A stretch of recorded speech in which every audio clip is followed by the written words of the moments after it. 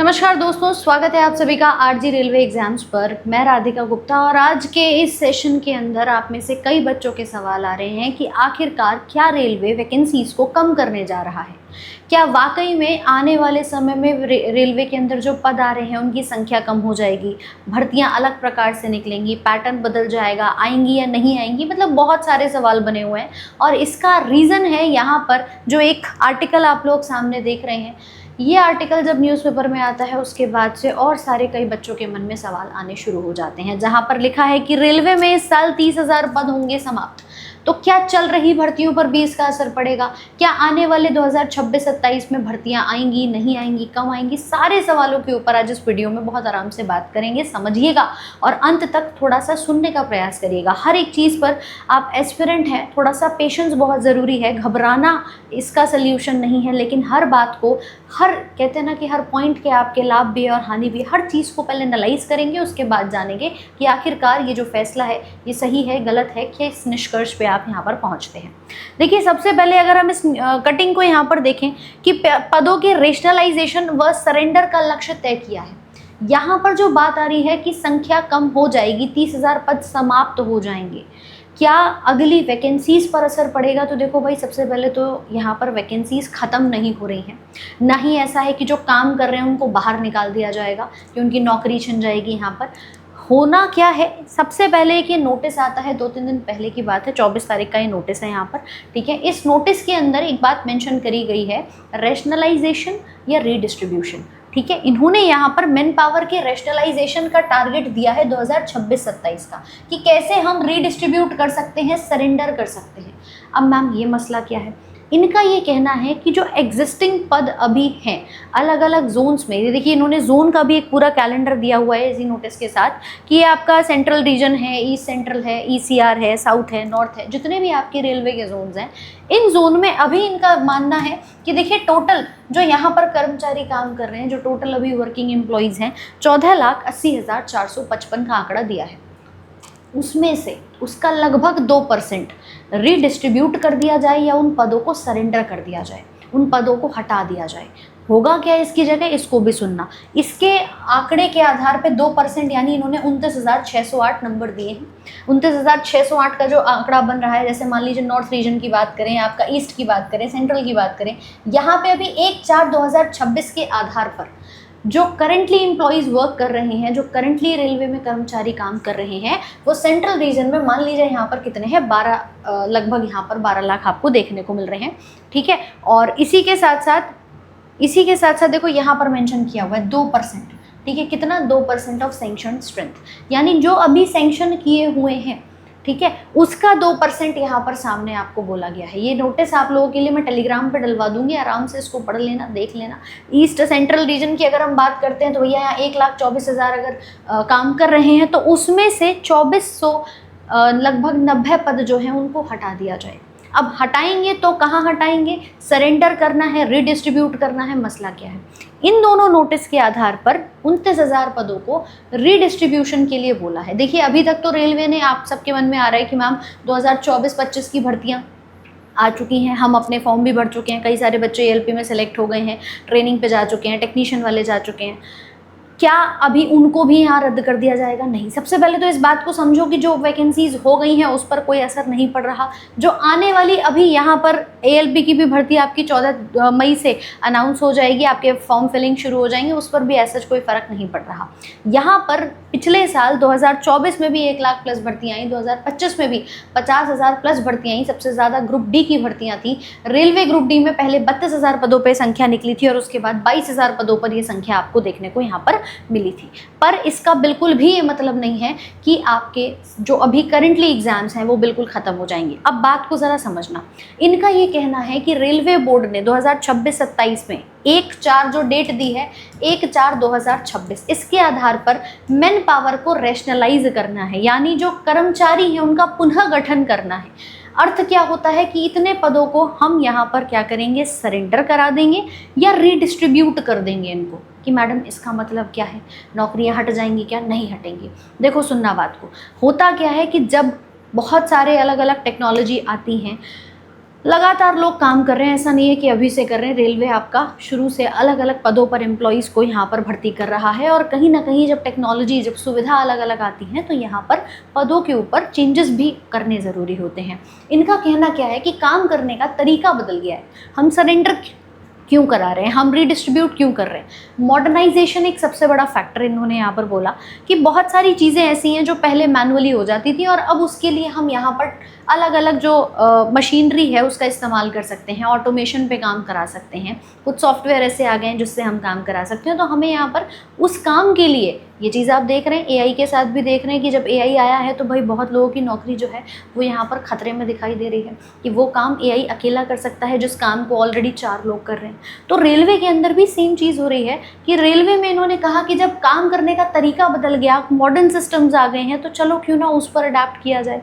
अब वहीं पर आपके जो ऑलरेडी व्यक्ति यहाँ पर काम कर रहे थे उनका क्या होगा, उनको किसी और पद पर काम दे दिया जाएगा। ऐसा नहीं है कि आपकी नौकरी छिन जाएगी, आपको किसी और पद पे काम दे दिया जाएगा, यानी कुछ और वर्क आपको यहाँ पर, चाहे वो सुपरविजन का हो, देख रेख का हो, बहुत अलग अलग ड्यूटीज़ होती हैं, वो आपको वहाँ पर दे दी जाएंगी। वजह बहुत सारी बताई गई हैं, ठीक है, जिन पदों की अब ज़रूरत नहीं है। कई बार ऐसे भी पोस्ट होते हैं, और ये चीज़ सिर्फ रेलवे में नहीं हो रही, देखो एसएससी में भी होती है, आपके इंडिया में सबसे ज़्यादा डिफेंस के अंदर जो एम्प्लॉयज़ काम कर रहे हैं वहाँ पर भी होती है। उसके बाद तो रेलवे नौकरी देता है, सबसे ज़्यादा डिफेंस के अंदर आपको नौकरियाँ देखने को मिलती हैं, वहाँ पर भी समय समय पर बदलाव होने ज़रूरी हैं, समय समय पर ये जो चेंजेस हैं वो होने ज़रूरी हैं। तो जिन पदों की ज़रूरत ही नहीं है वो हटाने पड़ेंगे, जो भाई पुरानी टेक्नोलॉजी पर काम कर रहे थे, ठीक है, जैसे पुराना कोई सिग्नलिंग सिस्टम था, अब उसको नई टेक्नोलॉजी के आधार पर काम कराना है। पहले उस सिस्टम में 4 लोग काम कर रहे थे, अब हो सकता है 2 लोग काम करें, तो बाकी के 2 लोगों को किसी और डिपार्टमेंट में शिफ्ट कर दिया जाएगा, ठीक है। तो इस प्रकार से इन्होंने पदों को सरेंडर कराने की बात यहाँ पर करी है। इसके अलावा मैन पावर का सही इस्तेमाल, रीडिप्लॉयमेंट जिसको हम यहाँ पर कहते हैं कि भाई जो भी लोग काम कर रहे हैं जहाँ ज़रूरत है वहाँ पर उनको इस्तेमाल किया जाए। ऐसा नहीं है कि आपकी नौकरी यहाँ पर चली जाएगी, आपका डिपार्टमेंट, आपका पोस्ट शिफ्ट कर दिया जाएगा। कहीं आपके ग्रुप डी के अंदर बात करें, कोई ट्रैक मेंटेनर है या कुछ अलग तरीके से उनका काम चल रहा है सिग्नलिंग का, मतलब आपके जो काम है अगर वहाँ पर उस डिपार्टमेंट में आवश्यकता 4 लोगों की जगह 3 लोगों की ही है, तो उस एक व्यक्ति को किसी और डिपार्टमेंट में शिफ्ट कर दिया जाएगा। उसको कहते हैं रीडिप्लॉयमेंट, ठीक है, जहाँ पर आप लोगों की ज़रूरत है एक्चुअली आपको काम वहाँ मिल जाएगा। खर्च को कम करना, कॉस्ट एफिशिएंसी, ये आप यूजुअली भी देखते हैं कि भाई घर में भी खर्चे जब ज़्यादा होते हैं तो माता पिता आपसे कहते हैं ना कि भैया खर्चे को सही जगह पर करो, जो पैसा है उसको सही जगह यूटिलाइज करो, वहाँ पर ये नहीं कि आप इर्द गिर्द फालतू में खर्चा कर रहे हैं। तो वही चीज़ उन्होंने यहाँ पर करी कि जब जहाँ पर सैलरी देनी चाहिए, भाई अभी 8वां वेतन आयोग भी लगेगा, जहाँ पर सैलरी जिसको एक्चुअली में नीड है उसको उस हिसाब से सैलरी यहाँ पर मिलनी चाहिए, ठीक है। सैलरी बढ़ेंगी भी, एएलपी की भी सैलरी की हम बात करें तो आराम से 40-45 हज़ार रुपये बढ़िया से मिलेंगे। तो हर एक पोस्ट पे जहाँ जहाँ पर ऐसा लग रहा है कि भाई व्यक्ति की ज़रूरत कम है या ज़्यादा है, उसको उस आधार पर रीस्ट्रक्चर करना है। इसीलिए इन्होंने 2 वर्ड यहाँ इस्तेमाल करे हैं कि कुछ पदों को सरेंडर करना पड़ेगा, कुछ पद हटाने भी पड़ेंगे। और उसमें बड़े बड़े पद जो आप पेपर दे रहे हैं, एएलपी का है, टेक्नीशियन का, ऐसा नहीं है कि मैम उनकी नौकरियां यहाँ पर चली जाएंगी, ऐसा नहीं होगा, जो जैसा समझ में आ रहा है इस पूरे आपके नोटिस के माध्यम से, ठीक है। लेकिन हाँ, उनको अलग अलग जगह पर एम्प्लॉय कर दिया जाएगा, उनकी जो डिपार्टमेंट है उसमें शिफ्ट कर सकते हैं, उस आधार पर काम होगा। तो उसको हम कहते हैं रीस्ट्रक्चरिंग, यानी वापस से एक बार जहाँ ज़रूरत होगी वहाँ पर आपकी नौकरी का डिपार्टमेंट शिफ्ट करके रीस्ट्रक्चर पूरे आपके इस रेलवे के अंदर जो पद है उनको कर दिया जाएगा। जहाँ टेक्निकल जॉब्स की ज़रूरत है, सेफ्टी रिलेटेड जिन जॉब्स की अब ज़्यादा ज़रूरत है, तो उनके ऊपर फोकस ज़्यादा बनाया जा रहा है। तो इसलिए पुराने पोस्ट को हटा करके नई नई प्रकार की वैकेंसीज़ भी देखने को मिलेंगी। ऐसा नहीं है कि मैम वैकेंसी खत्म हो जाएंगी हमारी, ठीक है। जो आपकी पुरानी वैकेंसीज़ थी उसकी जगह हो सकता है नए नाम से कुछ वैकेंसीज़ निकलें जहाँ पर आवश्यकता है।